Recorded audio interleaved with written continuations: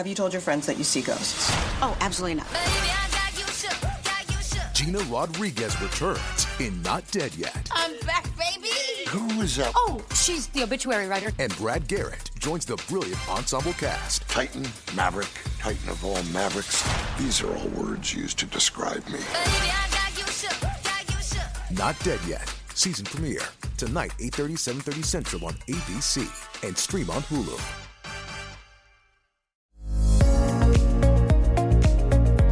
It's the Happy Families podcast. It's the podcast for the time-poor parent who just wants answers now.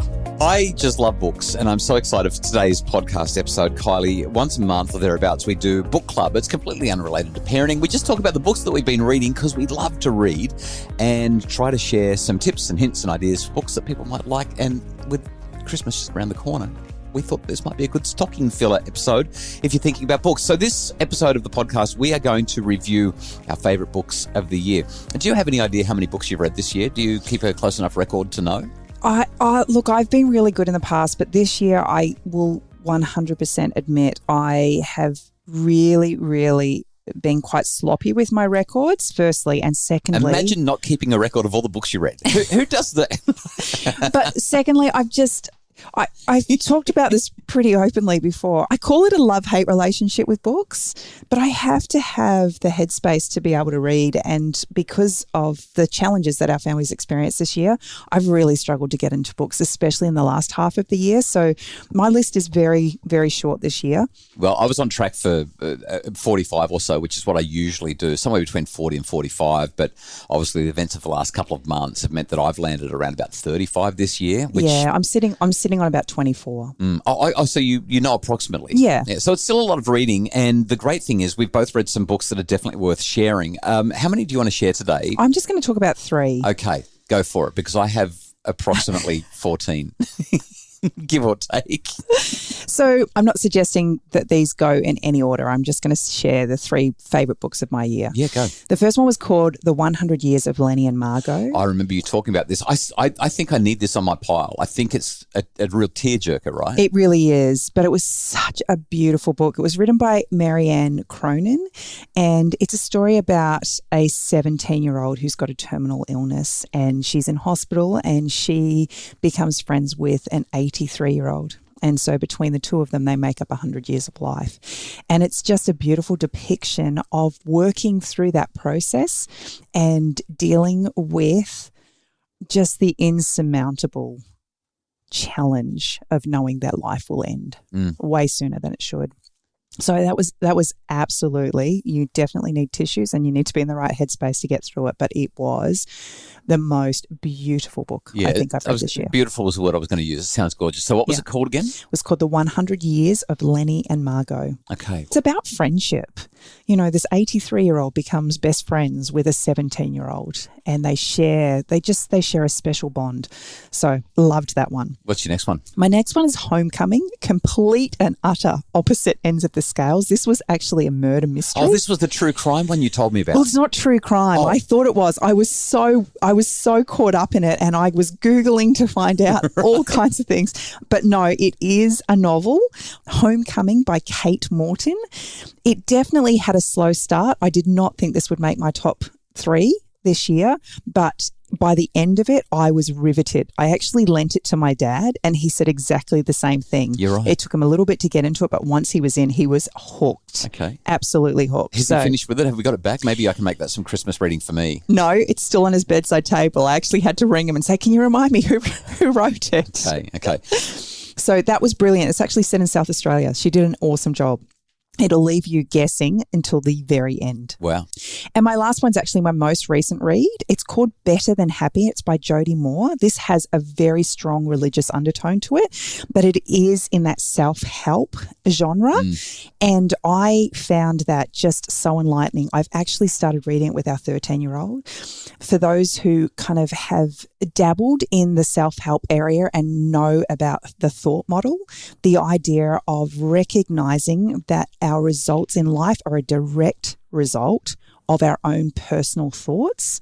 This was really powerful at kind of just working through that process and recognizing and seeing the power of our thoughts, and how if we can shift those thoughts, it actually shifts our actions, which shifts our results.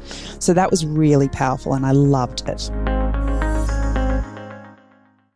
Okay, they sound really, really great. Would you like to hear mine? I'm a bit nervous because I just think I'm going to be talked at for quite a while, but tell me. I'm going to try and be really fast about this, okay? So basically, I'm only going to tell you my 5-star reads. Okay, only my 5-star reads. Like I said, I've read about 35 books this year.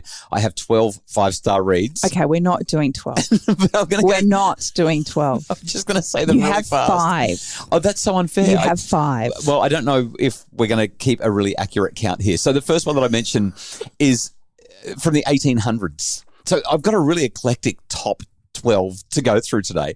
From the 1800s, there's a classic author by the name of George Eliot. George Eliot is a pseudonym, but the author wrote this book called Silas Marner, written in 1861. And this was a novel. I don't read many novels. Hard to get into because it was written in 1861, so the writing style is really different.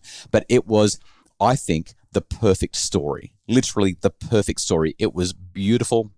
It's about a falsely accused weaver who leaves his town and becomes a recluse following this horrible incident. Sublimely written, utterly absorbing. I fell in love with Silas Marner. It is gorgeous. I've got goosebumps all over my arms and legs while I'm talking about it because I almost want to cry. It's a beautiful, beautiful book. The second one that I want to talk about is so far removed from that it's incredible. It's a book by Louise Perry. This one would appeal to anyone who likes provocation, and it's called The Case Against the Sexual Revolution. Perry takes on and slays a whole lot of sacred cows with just precision, arguing that the sexual revolution, rather than improving life for women and enhancing their protection, has done precisely the opposite. Now, she doesn't deny that a lot of good has come from it, but she makes this really articulate argument that the norms and mores that have developed out of it place women right where men actually want them to be. And she argues that modern standards around sex and intimacy and so on actually make life worse for women, not better for women. It's a fascinating read. You won't agree with everything, no matter what position you are, whether you're conservative or liberal, whether you're, it doesn't really matter what your politics are. There's going to be something in there that you will love and something in there that you'll hate, but it's a really, really provocative book. Well, you might not be keeping tabs, but I am. What's number 3? I can't believe you're counting. My third one, I'm going to save this one really quickly. It's called Testosterone by Carol Hooven, an endocrinologist, I think at Harvard from memory. Simply brilliant and left me feeling entirely inadequate in terms of my understanding and my comprehension and my knowledge. Like, this was just a heavy academic read about testosterone and the endocrine system, and it was just so incredibly good. So that's a very quick review. Testosterone, number 4. Amazing. I'm going to go for another novel. Everyone in My Family Has Killed Someone by Benjamin Stevens. Brilliant, original, completely compelling Australian crime fiction that doesn't feel like crime or fiction. Just so good, so well written, a real murder mystery with plot twists and a classic whodunit. Really, really enjoyed Benjamin Stevens. Everyone in My Family Has Killed Someone. To me, that is the perfect summer read if you just want to veg out and enjoy a rip-roaring read. Look, I'm not going to mention The Whole Brain Child by Dan Siegel. Because it's an older book and a lot of people have already read it, but if you haven't read it, 5 stars, definitely worth looking at. I love how you're not mentioning it. I'm also not going to mention Saving Our Kids by Madonna King. See what I have to live with? Which may be the best book that I've ever read from Madonna King. Vitally important content, so well written, all about what's going on the internet and how to keep our kids safe. What was that name again? Madonna King, Saving Our Kids, but I'm not going to mention it as much as I should because Madonna is wonderful. Also not going to mention Jean Twenge and Generations, which is one of the most important books that I've ever read on the generations and really made me rethink my thinking on the science of generations, which I tend to think is a load of bull dust. But I really got into this book and found it compelling. Very, very good. Is there any other books you're not going to mention? There's one more book that I'm not going to mention, and then I'm going to wrap up with 2 instead of 1 to finish off. Okay? So I'm not going to mention Anand I can't say his name. I'm so sorry. Giridharadas, I think it is.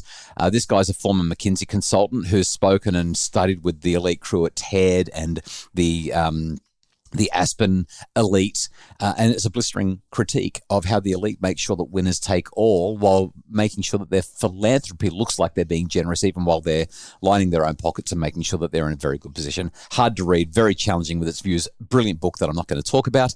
Gosh, see, this is the thing. Try to squeeze too much in. Let me just wrap up with the two that matter. The two that matter. Yeah, other than a whole lot of others that I want to mention that I can't. Okay? Because I love Guns, Germs and Steel by Jared Diamond. Stop. And I thought that Stop. Happier Hour by Cassie Holm was great. But the two that I want to mention just quickly, a year or two ago, you read Come As You Are by Emily Nagoski. This is a book about female anatomy and pleasure and a whole lot of things in that area. And Kylie, you told me that I would enjoy reading it, and I did. I think it was a 5-star read, and I think that every man should read the book, even though it's been written for women. Absolutely, absolutely brilliant. She's got a great writing style, and she gives people information that matters.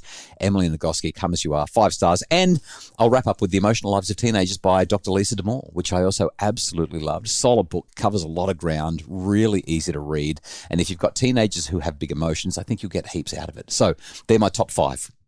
Wow. Well, if you're looking for a bookworm this Christmas, hopefully you might find some inspiration Seriously. in that list of 5 not books. If there is not a book for somebody who is fussy about reading in there, then there's nothing for you. They're not a bookworm. They're just not a bookworm. We will link to every single one of those books in our show notes so that you can have a look at them a little bit more closely, because we have gone through it very quickly. But we just wanted to give you some ideas because reading is great. My pile for summer and into next year is phenomenal. Overwhelming. And I've also got about 6 textbooks. Well, we haven't even hit Christmas yet. That I I wanna don't read. want to know what that's going to look like once you open all your presents. My bedside table has like, 40 books on it right now that I'm supposed to read in the next 4 weeks. You know, if you have a bedside table solution for the bookworm who has too many books, I would love you to send it through, because I can't tell you how frustrating it is to try and vacuum the floor around your bedside table. So many books. Thanks so much for listening. We hope that you've enjoyed as we've indulged ourselves and shared the books that have meant the most to us this year. If you would like more information, like I said, the show notes have got it all. The Happy Families podcast is produced by Justin Rowland for Bridge Media. Craig Bruce is our executive producer. More information is available about making your family happier at happyfamilies.com.au. Become a member today and get ready for what will be the most amazing membership experience you've ever had. Customized program to make your family happier starts next year in the Happy Families membership.